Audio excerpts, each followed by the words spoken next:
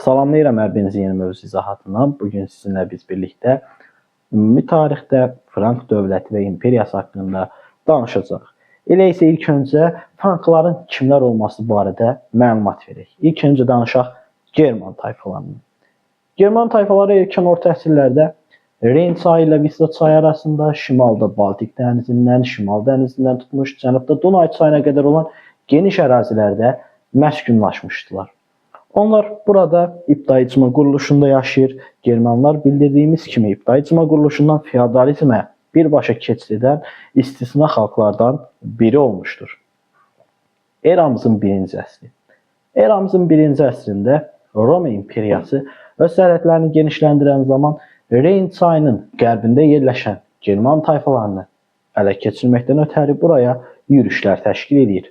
Ancaq bu yürüşlərin hər biri uğursuzluqla nəticələnir. Çünki German tayfaları vəhşi tayfaları idi və Romalılar başa düşürlər ki, onları tabe etmək səmərəsizdir. Və buna görə qərara gəlirlər ki, Reyn çayı boyu burada istehkamlar inşa eləsinlər və onların, Germanların hücumlarından özlərini müdafiə eləsinlər.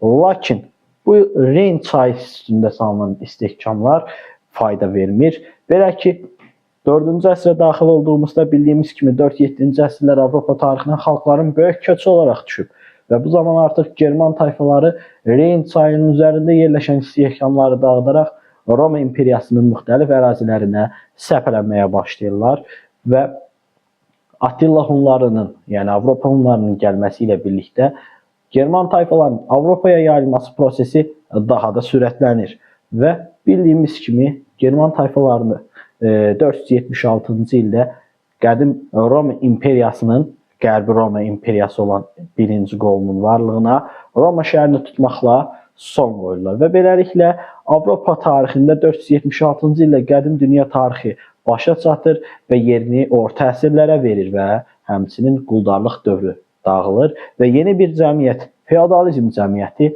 formalaşmağa başlayır. Və yenə vurğulayaq, 476 Qədim Roma imperiyasının süqutunun bir digər nəticəsi isə ondan ibarət olur ki, Avropa tarixində Roma dövrü başa çatır və yerini German dövrünə devr edir. Beləliklə, German tayfaları Avropada artıq at oynatmağa başlayırlar və Roma imperiyasının varlığına da son qoyduqdan sonra artıq keçmiş Roma dövlətinin ərazisində German tayfalarının yaratdığı dövlətlər yaranır. Bu dövlətlər barbar dövlətləri adlanır. Səbəbi isə Germanlar oxuma yazma nədir bilmirdilər və həmçinin onlar ələ keçirdikləri bütün şəhərləri dağıdır, yandırır, Roma mədəniyyətinə aid olan bütün memarlıq nümunələrini məhv edir, bütün elmi texnoloji nailiyyətlərin hamısını məhv edir və Roma mədəniyyətinə aid olan nə varsa hamısının üzərindən xətt çəkirdilər və buna görə də bu dövlətlər tarixə barbar dövlətləri olaraq da düşüblər. Barbar dövlətləri Qaliyada, yəni bugünkü Fransa ərazisində Franklar məskunlaşmış, Böyük Britaniya adasında Anglo-Sakslar məskunlaşmış, İtaliyada Vestgot tayfaları, İtaliyada Ostgotlar, Şimali-Şərqi Afrikada isə Vandal tayfaları məskunlaşmışdılar. Davam edək, onların dövrü. Ümumiyyətlə, German tayfalarının birinci biz quruluşlarına baxaq. German tayfaları ümumiyyətlə Avropada öz dövlətlərini qurduqdan sonra bir sıra cəhətdən Romalılardan geri qalırdılar. Bildiyimiz kimi Romalılar yazılı qaydalara sadiq idilər. Əksinə baxaq, Germanlar isə tam tərsi. Onlar şifahi qaydalara əsaslanırdılar. Şifahi qayda nədir? Yəni, adət-ənənə. Germanlar üçün ən əsas qaydalar German tayfalarının öz adət-ənənələrinə məxsus olan qaydalar idi. Məsələn, Roma tarixində bir insanı öldürmək cinayət, ən böyük cinayət hesab olunurdu və onu öldürmək artıq məhkəmə prosesi ilə nəticələnir və məhkəmə sübuta yetirilənə qədər sən hələ günahsız sayılırdın və məhkəmə sənə görə bir qərar qəbul edirdi. Ancaq German tayfalarında belə bir şey yoxdur. Germanlar dediyimiz kimi adət-ənənələrə inanırlar. Onlarda şəxs bağ, ailə bağları daha güclüdür və öz adət-ənənələrinə inanırlar. Onların adət-ənənəsində deyilir ki, nə etməliyik? Qan qisası alınmalıdır, qan bahası alınmalıdır. Bunun üçün nə etmək? Öldürəni öldürmək və qisas almaq. Bu kimi faktlar Germanları Romalılardan fərqləndirən ən əsas cəhət olmuşdur. İndi isə biz davam edək. Germanlarla Romalılar arasındakı yəqin ki fərqi anladıq. Ümumiləşdirsək, Germanlar yazılı qanunlara, daha doğrusu Romalılar yazılı qanunlara, Germanlar adət-ənənələrə, Romalılar dövlətə, Germanlar isə ailəyə üstünlük verirdilər. Bunu yaddan çıxartmayaq. Davam edək. Frank dövləti. 20-ci əsrin sonlarında Franklar görünür idilər. Frankların bu dövrdə başlarında hökmdarlar dayanır. Bu hökmdarlar adı hökmdar olsa da əslində tayfa başçısı mənasını verir. Yəni daha biraz daha dərinləşdirsək, ordu başçısı. Bunlar nə iş görürlər? Bu hökmdarlar birləşirlər 5-ci yüzilliyin sonunda bir ittifaq yaradırlar, Frank tayfa ittifaqını və onlar Qaliyaya soxulurlar 5-ci yüzilliyin sonunda və burada 486-cı ildə Soissons adlanan yerdə Franklarla buranın keçmiş Roma canişini, Qaliyanın keçmiş Roma canişi arasında bir döyüş baş tutur. Soissons döyüşü nəticəsində Frank tayfa ittifaqı qalib gəlir. Frank tayfa ittifaqını toplayan Chlodwig adlı bir başqa bir Frank hökmdarı idi və o Soissons döyüşündən sonra bütün Qaliyanı ki Franklar ələ keçirir və beləliklə Paris, Orlean, Loire çayı sahilinə qədər olan Qaliyanın böyük bir qismində Franklar böyük bir ərazi əldə etmiş olurlar. Chlodwig öz keçmiş müttəfiqlərini, tayfa başçılarını bir aradan çıxarır, onları zəhərləyir, öldürtdürür və beləliklə tək başına 5-ci yüzilliyin sonunda Frank dövlətinin əsasını qoyur. Deməli, Frank dövləti nə zaman yarandı? 5-ci yüzilliyin sonu Soissons döyüşü nəticəsində Qaliyada, bugünkü Fransa ərazisində yarandı və qurucusu da kim oldu? Chlodwig. Gəlin indi Chlodwigin qurduğu Frank dövləti barədə daha geniş danışaq.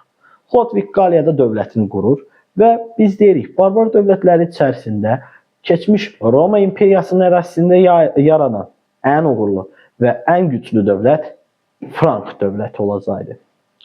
Chlodwig dövlətini yaradığından sonra dövlətin əsaslarını möhkəmləndirməkdən ötəri bir sıra işlər görür. Bunlardan ən birincisi xristian dinini qəbul etmək olur. Chlodwig xristian dinini qəbul edir və xristian dinini qəbul etməsi nəticəsində bütün yerli əhali və həmçinin xristian ruhanilərinin dəstəyini ətrafına toplamış olur və bununla da Qaliyada hakimiyyətini möhkəmləndirir. Daha sonra ölkədə özbaşınalıqlara son qoymaqdan ötəri Chlodwig Salik qanunlarını hazırladır. Salik qanunları nə idi? Salik qanunları Germanların ilk yazılı qanunlarıdır. 5-ci əsrin sonlarında Chlodwig tərəfindən hazırlanıbdı və burada ailə vərəsəlik məsələləri, mülkiyyət məsələləri, torpaq məsələlərindən danışılır, cinayət məsələlərindən danışılır və biz Salik qanunlarına diqqət yetirəriksə, orada zadəganlarla adi azad insanlar arasında nə qədər fərq görüldüyünü görə bilərik. Frank dövləti Qaliyada yaranandan sonra Franklar, yəni bu Germanlar yerli əhalidən bir çox şey öyrənirlər. Bu şeylərin ən əsası isə belə deyək ki, yerli qanunlar, əkinçiliklə məşğul olmaq, gündəlik təsərrüfatla məşğul olmaq, bu kimi sahələr Frank dövlətində ilk dəfə belə deyək, daha yaxşı yaranmağa başlayır. Çünki Franklar daim barbar idilər və müharibələr, qarətçi yürüşlərlə məşğul olur. Əkinçilik onlar üçün belə deyək, çox uzaq, yad bir məsələ idi. Salik qanunlarına geri qayıdaq. Salik qanunlarında açıq bir şəkildə azad insanla zadəgan arasında fərq qoyulduğunu görürük. Çünki, məsəl üçün, sən əgər ki bir azad insanı öldürürsənsə, bunun qarşılığında onun ailəsinə 3 solid, məsələn, qan bahası ödəməlisən. Ancaq sən bir zadəgan öldürürsənsə, onun ailəsinə, məsələn, 95 solid xərac ödəyirsən, qan bahası verirsən. Bu artıq azad insanla zadəganlar arasında nə qədər fərq qoyulduğu barədə yəqin ki bizdə bir fikir formalaşdırır. Davam edək. Chlodwig güclü bir dövlət qurdu, dövlətin ərazisini genişləndirdi, Qaliyada möhkəmləndi. İndi isə davam edək Frank dövlətinin digər dövrü Chlodwigin ölümündən sonraki vəziyyət barədə danışaq. Chlodwig dünyasını dəyişir. Chlodwig öləndən sonra Frank taxt-tacında olan hökmdarların hakimiyyəti zəif olur. Bunun bir sübutu 8-ci yüzilliyin birinci yarısında Frank hökmdarı hakimiyyətdə olaraq Frank dövlətini idarə edən baş məmur, ordu başçısı Karl Martel'dir. Karl Martel Frank dövlətində ordu başçısı idi və o Frank hökmdarının adından dövləti özü idarə edirdi. Frank hökmdarı durur taxtda, lakin ölkəni Karl Martel ordu başçısı idarə edir. Görək Karl Martel nə kimi işlər görür. Birincisi, ordu islahatı aparır. Ordu islahatına əsasən süvari qoşun dəstələri yaradıb. Avropa tarixində ilk dəfə süvari qoşunları kim yaradıb? Frank dövləti. Kim? Karl Martel. Baxaq, bəs bu süvari qoşunlar hardan meydana çıxdı ki, bu süvari qoşun yaratmaq sevdası. Bildiyimiz kimi 732 Poitiers döyüşü Ərəb xilafəti mövzusunda danışanda demişdik. Ərəblər Avropanın içərilərinə daxil olmaq istəyib, Qərbi Avropanı işğal eləmək istəyirdilər. Lakin Karl Martel və Franklar 732-də Poitiersdə baş verən döyüşdə məhz Ərəb xilafətinin qoşunlarını məğlub edir və bununla da ərəblərin Avropanın içərilərinə doğru daxil olmasının qarşısını alır. Bu döyüş zamanı Karl Martel ərəblərdə yadımızdasa Ərəb xilafətinin döyüşlərdə üstün gəlməsinin əsas səbəblərini biz vurğulayanda demişdik ki, yüngül zirehli süvarilər bunlar manevr etmələrinə ərəblərin imkan verirdi və ərəblər döyüşlərin bir çoxunda həmən bu süvariyə görə qələbə qazanırdılar. Karl Martel Poitiers döyüşünün gedişatında süvarilərin önəmini başa düşdü və artıq Frank ordusunda islahat həyatı keçirərək süvari qoşunlarının yaradılmasını qərara aldı. Karl Marteli keçək, danışaq. Böyük Karl, Frank imperiyasının yaranması. 8-ci yüzilliyin sonu 768-də hakimiyyətə Böyük Karl gəlir. Böyük Karl baxaq görək nə işlər görür. Böyük Karl ilk öncə dövlətini möhkəmləndirməkdən ötəri ordu islahatına keçir. Yenə ordu islahatı. Baxaq. Böyük Karl necə ordu islahatı həyata keçir? Böyük Karl ilk öncə kəndləri ordudan uzaqlaşdırır. Bunun səbəbi artıq 8-ci yüzilliyə daxil olduğumuzda kəndlilər müflisləşmiş, borca düşmüş bir vəziyyətdə feodallardan asılı yaşayırdılar və təhkimli vəziyyətinə düşmüşdülər. Kəndlərin qalxan almağa, qılınc almağa və süvari ordular artıq təşkil olunur. At almağa pulları yox idi. Və daha doğrusu Böyük Karl artıq qərara gəlir ki, kəndlilər orada iştirak eləməsin. Bu birinci səbəb. İkinci səbəb, kəndlilər əvvəllər müharibə vaxtı Frankların bütün kişiləri, hətta kəndlilər də müharibəyə aparılırdı. Ancaq bu zaman əkinçiliklə məşğul olan heç kəs qalmırdı. Və bu nəyə səbəb olurdu? Aclığa, aclıq isə müharibədə uğursuzluğa gətirirdi. Böyük Karl kəndliləri həmən bu iki səbəbə görə, bir, pulları olmadığına, iki, aclıq səbəbinə görə onları ordudan uzaqlaşdırır. Bunun əvəzinə nə edir? Böyük Karl öz yaxın sərkərdələrinə, qohumlarına, yaxın adamlarına və vassallarına şərti torpaq mülkləri paylamağa başlayır. Yəni feodlar. Və bu feodlar şərti torpaq mülkiyyət forması idi. Yəni bunu alırdınsa, sənin qarşına Böyük Karl vəzifə qoyurdu. Sənin mülkün var. Feodun. Feodun içərisində yaşayan kəndlilərdən sən vergi alasın və müharibə olan vaxtı mən səni yanıma çağıranda sən onlardan topladığın vergi sayəsində ordu saxlamalısan ki, mən sənə deyən kimi həmən tutduğun o vergi hesabına saxladığın ordu ilə gəlib mənim orduma qoşulasan. Yəni artıq necə bir ordu yaranır? Böyük Karl necə bir ordu yaranır? Muzlu qoşun, muzlu ordu. Feodallardan ibarət olan muzlu qoşunlar. Feodallar özləri vassallarından vergi alacaqdı. Vergi sayəsində də pul qazanıb, həmən pulla at alacaq, süvari üçün qılınc, qalxan təşkil edəcək, öz yanında ordu saxlayacaq və nə zaman kral çağırsa öz ordusu ilə birlikdə kralın ordusuna qatılmağa gedəcəkdi. Bu da oldu bu.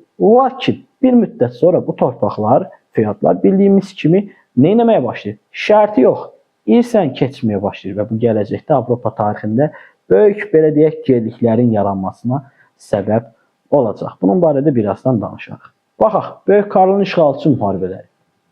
Böyük Karl Saks tayfaları ilə 30 ilə yaxın mübarizə aparır. Onları tabe edə bilmir. Nəhayət torpaq sahələri paylamaqla Saksayanlarını öz tərəfinə cəlb edərək Saksları özünə tabe edir. Daha sonra İspaniyada Ərəb xilafəti ilə mübarizə aparır və ərəbləri Pireneya yarımadasında olan bir vilayətini ələ keçirərək burada xristianlığı yayır.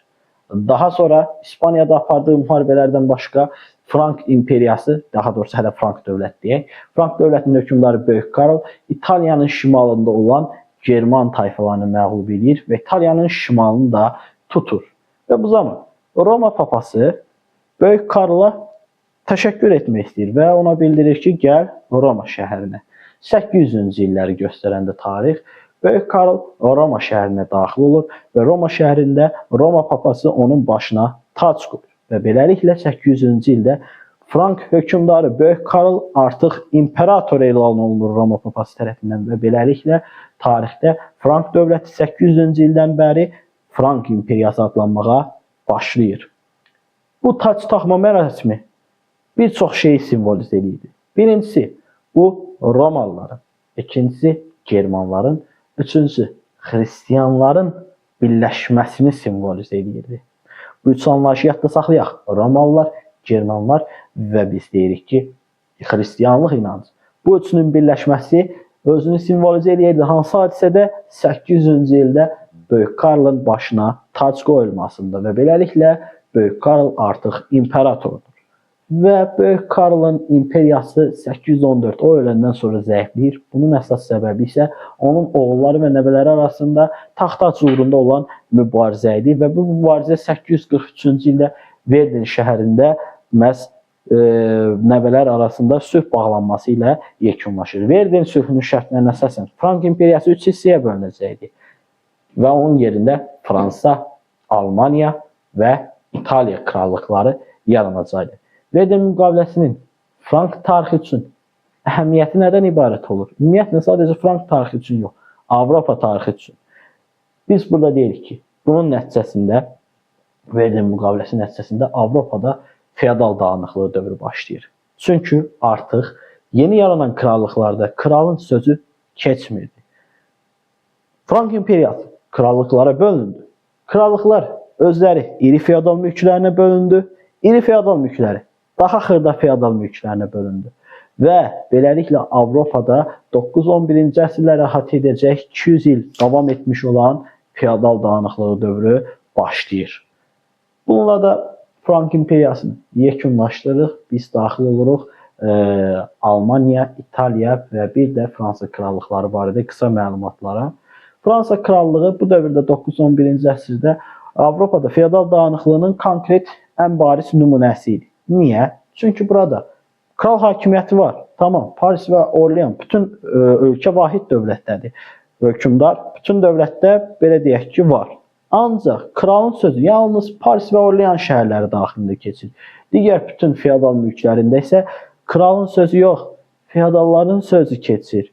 Bundan başqa 987-ci ildə yadda saxlayaq, Fransa tarixində, Fransa krallığında Kapetinklər sülaləsi hakimiyyətə gəlir. Fransa haqqında iki məlumat öyrəndik. Vahid dövlət idi, bəli. Ancaq kralın sözü hamıdan keçirdi, hamıya aid idi, xeyr. Çünki Paris və Orleanla kənardakı bütün yerlərdə feodalların sözü keçirdi. Və 987-də harada Kapetinklər sülaləsi hakimiyyətə gəlib? Fransada. Davam. Baxaq buradan Almaniyaya. Almaniya haqqında danışası olsaq, Alman krallığı yeganə krallıq idi ki, bu dövrdə vahid dövlətdə birləşdirilmişdi. Birinci Otto bütün Alman hersoqluqlarını öz ətrafında birləşdirərək vahid Alman dövlətini yaradır və 962-ci ildə Roma papasının xahişi ilə İtaliyanın şimalındakı digər German tayfalarını məğlub edərək Roma şəhərinə gəlir. Və 962-ci ildə Roma papası onun başına tac qoyur və beləliklə 962-ci ildə Avropa tarixində yeni bir dövlət, müqəddəs Roma imperiyasının əsası qoyulur.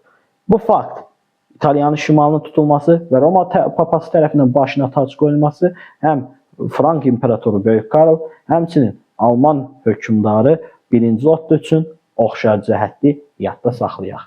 Davam edək, danışaq. Sonuncu dövlətimiz İtaliya.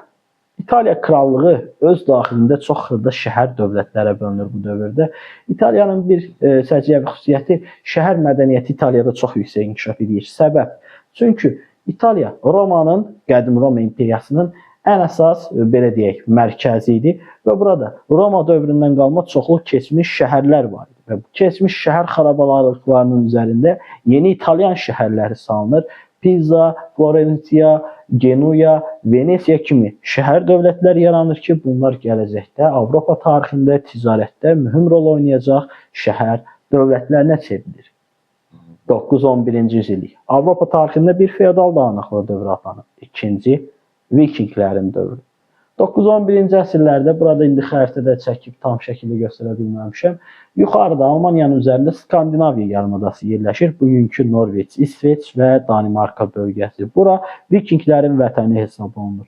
Və Vikinglər o dövrdə Skandinaviya yarımadasında yaşayıblar. Onlar iki məqsədlə. Bir, qarətçi yürüşlər etmək. İki, yeni ticarət yolları tapmaqdan ötəri gəmilər vasitəsilə Avropanın bu dövrdə müxtəlif yerlərinə gedərək qarətçi yürüşlər etmişdilər. Eyni ilə Slavyanlar Azərbaycanda necə qarətçi yürüşlər edirdisə, Vikinglər də 9-11-ci əsrlərdə Avropada bir sıra şəhərlərdə qarətçi yürüşlərlə məşğul olmuş və Vikinglər dövrün ən yaxşı gəmiçiləri olmuşdur. Hətta mənbələrdə məlumat verilir. Biz bilirik ki, gələcəkdə inşallah öyrənəcəyik, böyük coğrafi kəşflər nəticəsində Amerika qitəsi kəşf olunub. Ancaq Amerika qitəsini ilk dəfə Vikinglər özləri bilmədən belə 1000-ci ildə gedib kəşf edibdilər. Bunu da yadda saxlayaq. Avropalılardan qabaq Vikinglər 1000-ci ildə gedib Amerika yeni qitəyə çıxmışlar. Sadəcə olaraq onların buranın yeni bir qitə olmasının xəbəri yox idi. Xəbəri də olsa elə də veclərinə olması. Çünki onlar üçün əsas qarətçilik eləmək idi. Davam edək. Beləliklə 9-11-ci yüzilliklərin sonu, artıq 11-ci yüzilliyə gəldiyimizdə dünya tarixində, belə deyək, dünya yer kürəsində iqlim mülayimləşir və iqlim mülayimləşməsi nəticəsində Skandinaviya yarımadasındakı buzlaqların çoxu əriyir və burada əkinçilik üçün əlverişli şərait yaranır və belə də deyilir ki, Vikinglər artıq yavaş-yavaş 11-ci yüzillikdən əkinçiliklə məşğul olur və onlar keçmiş günləri keçmişdə buraxırlar və artıq qarətçi yürüşlər etmirlər. Burada danışmalı olduğumuz yeganə sonuncu nöqtə nədir? Qərbi Roma imperiyasından sonra, farklı yadda saxlayaq. Qərbi Roma imperiyasından sonra Avropada yenidən bir imperiyanın tərkibində birləşdi. İlk dəfə hansı dövlət dövründə? Frank imperiyası dövründə. Bunu yadda saxlayırıq. Qərbi Roma imperiyasından sonra ilk dəfə Avropa hansı imperiyanın tərkibində birləşdirilib? Böyük Frank imperiyasının tərkibində.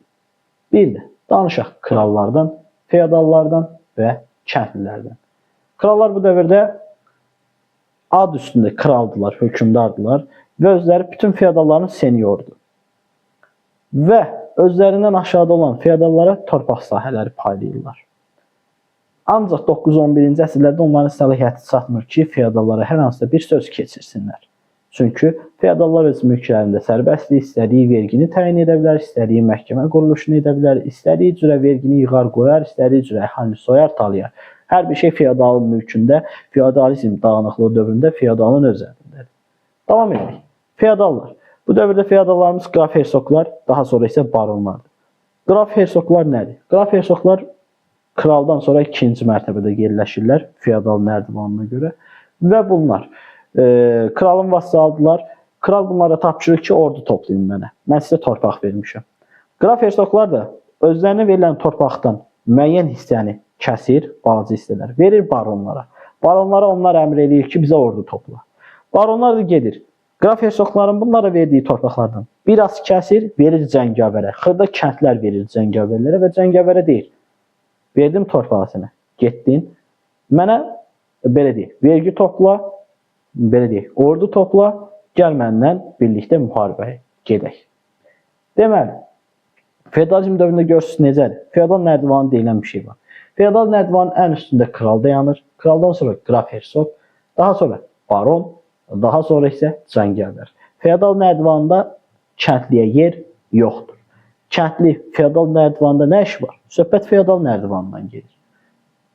Üstəki aşağıdakının senioru olur. Tutalım, bunu burada yazaraq başa salaq.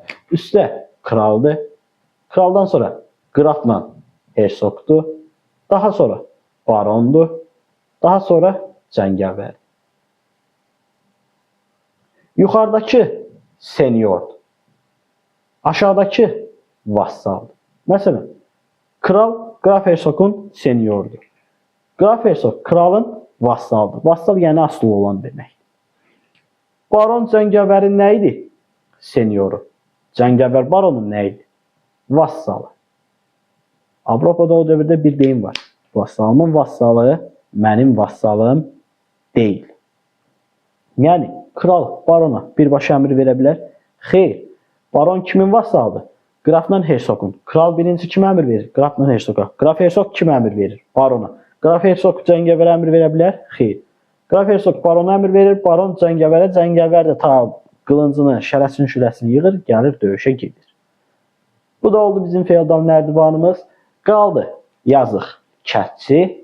Kəndlilər bu dövrdə ən hüquqsuz cəmiyyətin üzvləridir. Belə deyək, sözdə hər bir hüquqları var, ancaq faktiki olaraq ortada heç bir şey yoxdur.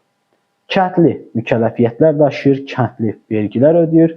Kəndli zaman keçdikcə müflisləşir və məcbur özünün balaca torpağı olurdu ki, məsələn kəndlilərin quldarlıq dövründə. Həmən torpağı aparır, feodala verir borcunun qarşılığında və feodaldan asılı vəziyyətə düşür. Kəndlinin feodaldan şəxsən asılığa düşməsi Avropa tarixində adlanır feodalizm dövründə. Təhkimçilik. Təhkimçilik, yəni sən şəxsən artıq feodaldan asılısan. Kəndli nə iş görür, nə mükəlləfiyyət yerinə yetirir, nə vergi verir, hamısını verir feodala və ən hüquqsuz, ən müflis şəxslik feodal dağınıqlığı dövründə Avropada.